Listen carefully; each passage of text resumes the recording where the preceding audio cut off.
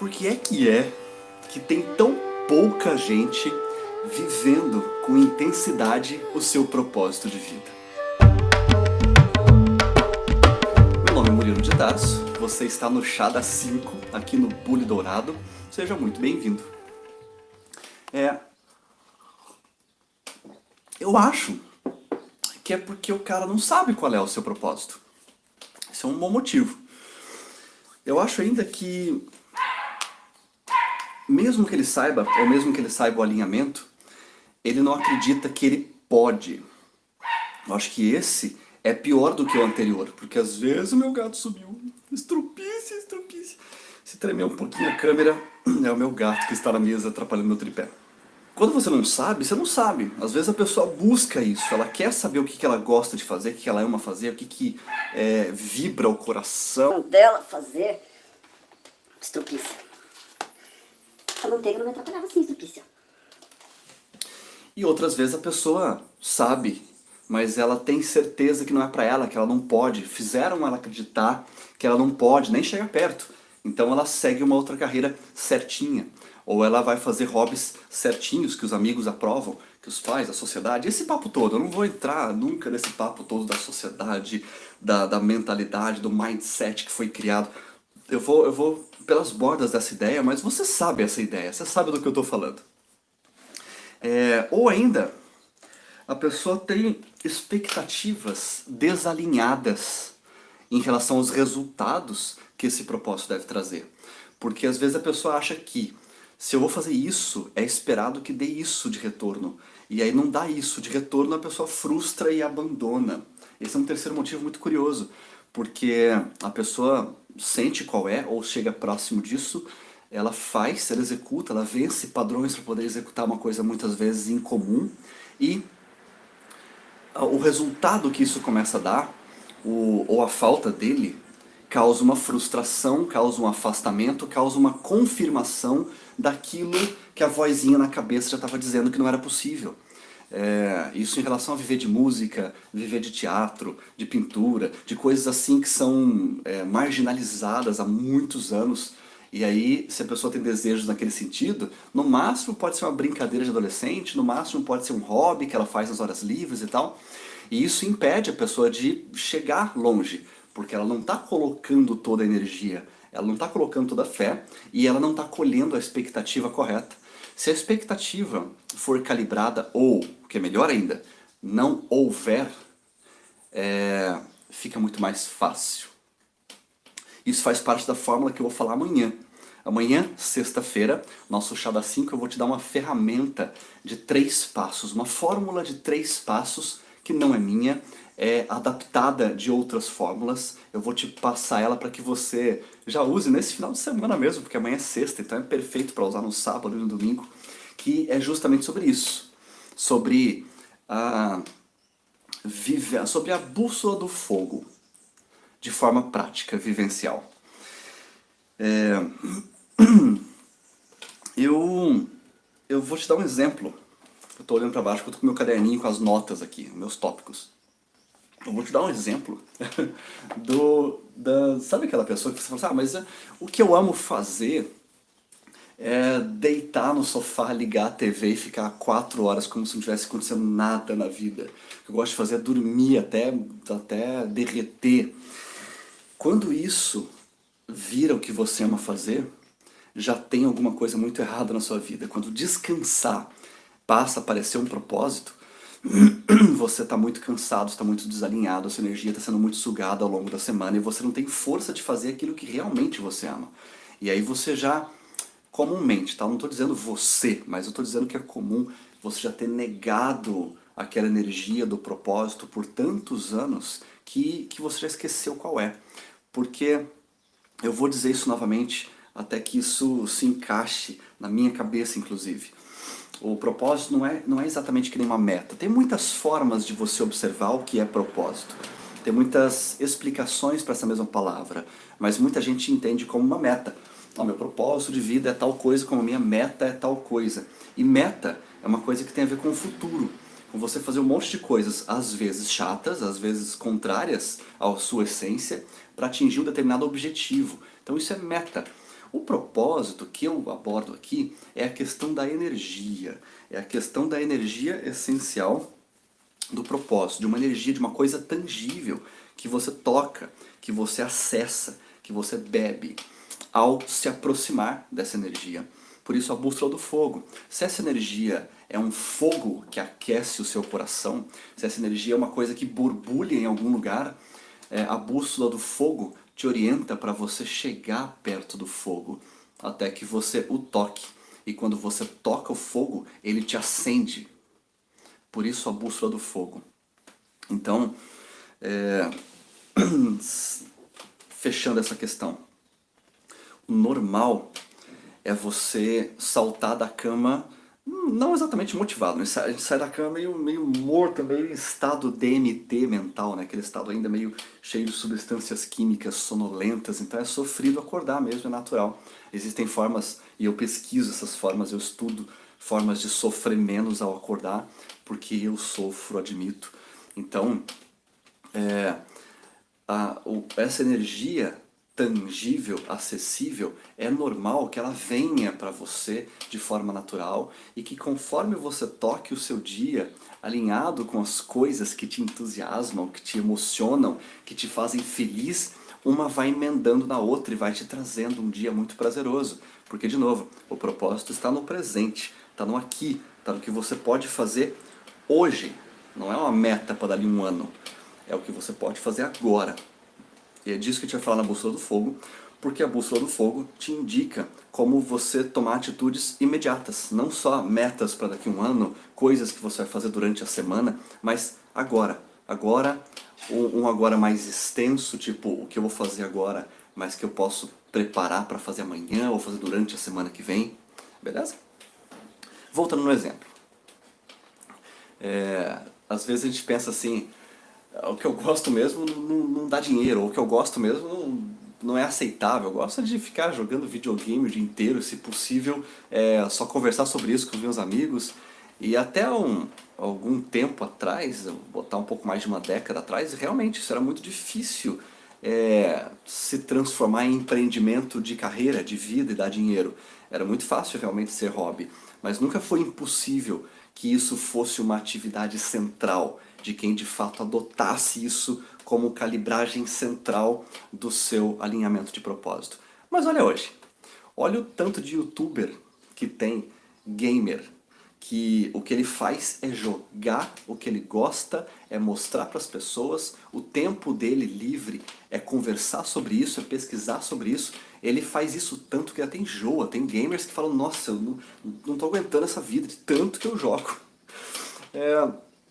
Hoje, nesse momento de transição planetária, nesse momento de pico evolutivo tecnológico, nesse momento que a gente vive hoje, são tantas as possibilidades inexploradas que muitas vezes você, que nasceu na década de 80 como eu, não se atualizou quanto a isso. Não sabe que é possível, de repente, iniciar um hobby num segmento completamente diferente que nunca ninguém ouviu falar, num bushcrafting da vida.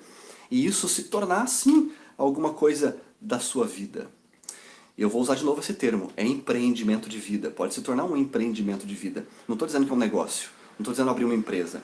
É empreender uma vida naquele sentido, pode ser fazer aquilo com paixão, produzir resultado, distribuir resultado, mesmo que isso não tenha nada a ver com a sua renda. De repente você tem lá o teu emprego e tá ótimo aquele emprego, ou você tem lá tua empresa, teu negócio e ela tá indo bem, ou você tem uma renda passiva, de repente você já tem uma estrutura relacionada à forma de ganhar a sua vida. Mas esse empreendimento de vida é como um empreendimento de subir uma montanha. É um empreendimento relacionado à tua energia essencial. É disso que eu tenho falado, é isso que eu vou ficar manobrando até que fique claro. E daí eu preciso fechar um exemplo, tô com 9 minutos. Ah, tô com 9 minutos, tô bem. Eu preciso ser um pouco menos afobado, né? Que eu tenho essa necessidade de não entregar em 1h30, porque quando eu vejo uma live de 1h30 eu tenho vontade de morrer. Tem uma... Você só vai descobrir... como é que eu coloco isso? A questão tangencial. Você... Às vezes, olha só a calibragem como é louca na nossa cabeça. Desde a infância, que a gente às vezes seta alguma coisa, fala, não, eu queria ser guitarrista, ou eu queria ser vocalista de uma banda, estar no palco ali e tal, ou eu queria isso, ou eu queria aquilo, e aí isso que você construiu, isso que você desejou, foi fruto do pouco que você sabia sobre as coisas do mundo que são capazes de te dar emoção. Olha bem, quando a gente tem desejos de criança, os desejos de criança não envolvem pagar contas. A gente não fala assim, pô, vou crescer, eu vou ser investidor da bolsa, porque pô, dá uma grana e aí eu vou comprar carrões. Você não pensa isso. Você pensa em ser astronauta, bombeiro, músico, você pensa em certas coisas. Esse desejo ele é formado dentro de um mindset bastante limitado do que é possível. Porque hoje o teu mindset ainda é extremamente limitado. Porque você consegue explorar em termos de fazeres. Você tem infinitas possibilidades de fazer coisas e esses fazeres, na nossa cabeça a gente não consegue listar nem 50 e são milhares. Então, quando você começa a calibrar a bússola e se aproximar dessa chama, você começa a perceber novas possibilidades. Às vezes o que te emocionava não era exatamente estar no palco gritando, cantando que nem um rockstar. Às vezes é dando uma palestra, é explicando alguma coisa. Ou às vezes o que te emociona no futebol não é jogar, é ser o juiz, ou enfim, o comentarista, o Galvão Bueno. Depois que você começa a se aproximar, essas novas possibilidades que você nem imaginava começam a acender luzinhas e você começa a olhar para elas e aí você experimenta um pouquinho e essa experimentação geralmente te leva para um outro nível de falar, puxa, é isso, isso aqui é muito mais legal do que eu pensava antes, é isso que me emociona, que eu gosto de fazer no meu dia a dia, e aí você vai se tornando cada vez mais alinhado com aquilo. Eu vou dar o meu próprio exemplo. Tipo assim, dentro do design gráfico eu cheguei a fazer algumas dessas pequenos ajustes lá na minha agência, lá em 2000 e pouquinho.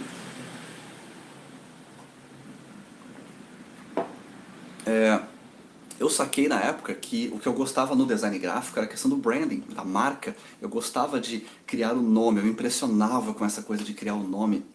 E eu gostava muito de trazer os elementos das cores, a identidade visual, o que aquilo vai passar, o que as pessoas vão ver na psicologia da cor daquela identidade visual, os elementos que envelopam uma marca, né? Que o cartão de visita, os outros elementos assim que vão tornando aquela marca mais forte. Isso eu descobri um alinhamento e eu não segui nessa direção. Eu não segui, porque eu não sabia que eu podia, eu não sabia que havia esse mercado, eu não sabia nada do que eu tenho hoje de experiência, de conhecimento. Então eu saltei para um próximo nível. Na verdade eu não desalinhei totalmente nessa época. Eu fui para a fotografia. E na fotografia eu descobri outra emoção, outra paixão. E aí eu comecei fotografando família.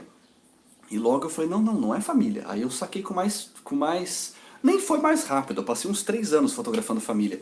Mas depois que eu tinha expandido bastante isso, eu comecei a sacar que eu gostava mais da fotografia de produto, da fotografia comercial, do que da fotografia de família. Então eu fiz esse ajuste.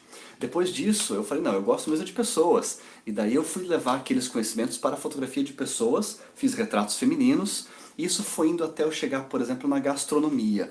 Eu não vou pegar essa linha do tempo e contar inteira, que ela vai ficar enfadonha de tão grande. Mas quando eu fotografei gastronomia, nossa, foi um grande alinhamento com o que eu gosto. Eu gosto de cozinhar, eu gosto de juntar as cores dos alimentos. Para quem não entende de foto, um pequeno esclarecimento. Fotografia gastronômica, eu não aplicava tratamento de imagem. Eu queria ela pura, do jeito que ela era. Eu queria coletar as cores daquelas coisinhas. Eu amava fotografia gastronômica. E quando eu comecei a fotografar gastronomia, eu entrei numa escola de gastronomia. Eu fui ser chefe de cozinha. Eu não entrei em workshops de fotografia gastronômica. Eu foquei na comida para entender o que era um mise en place, o que é um corte macedônia de um legume. Me voltei para isso. E eu sempre tive essa questão. Eu sempre dava o próximo passo, quando eu modificava a minha carreira, realinhando, me aproximando ainda mais do que eu gostava. Muitas vezes isso não foi compreendido. Muitas vezes isso foi extremamente criticado. Tipo, eu tive sócios que quando eu fechei a empresa, a pessoa falou, nossa, o que você está fazendo agora que deu certo? Depois de tanta luta, você vem, fecha tudo e sai da empresa. Isso porque eu buscava no meu coração uma coisa que me motivasse, que me animasse, que me entusiasmasse com força. E isso meio que nunca foi o faturar, encher a conta bancária. Sempre foi encher meu coração. Então, esse alinhamento, quando eu bati na tecla professor, né, docência, quando eu bati nessa tecla, eu me apaixonei de uma forma que acabou. Para mim ficou claro o que, quando eu estava dando aula, as primeiras aulas que eu dei, não. As primeiras aulas que eu dei, eu ficava meio tenso, eu fiquei preocupado, mas logo, muito logo, segunda, terceira, quarta aula, eu já me sentia muito bem ali na frente, no palco, né, com o poder da palavra, com passar o conhecimento, não é nem tanto com o ensinar, é com o poder da situação, né? Eu sou a palavra aqui agora, eu posso dizer, você está interessado no que eu estou falando, eu vou te ensinar, te acompanhar. Essa coisa eu fui elaborando até a minha escola de fotografia. Mas enfim, dado o exemplo, já estamos com 16 minutos, é um tempo bom, né? É um tempo bom, é um tempo bom. Tem mais um pouquinho de coisa para falar sobre esse tangenciamento, mas amanhã eu falo, porque amanhã a gente vai conversar sobre a bússola do fogo. De novo, dessa vez eu não vou dar um aspecto geral, amanhã eu vou te dar diretamente os três passos para se colocar ela em ação. E aí eu vou colocar alguns detalhes em relação a crenças limitantes, algumas coisas que podem nos impedir e que geralmente nos impedem mesmo de usar essa ferramenta, porque essa ferramenta está dentro de você. Não é uma coisa que eu vou te dar, você vai construir, escrever numa folha, não é. Isso já está dentro de você. Eu vou te dizer algumas coisas para você compreender, para você aceitar e para você evitar limites seus, porque você mesmo vai se limitar na hora de usar, vai falar assim, não, isso aqui não está significando nada, e por fim você vai se afastar mais do alinhamento, se você não usar com certas informações essa bússola, beleza? Então, um beijão para você, seja sempre muito bem-vindo à minha vida, e até o nosso próximo chá das 5.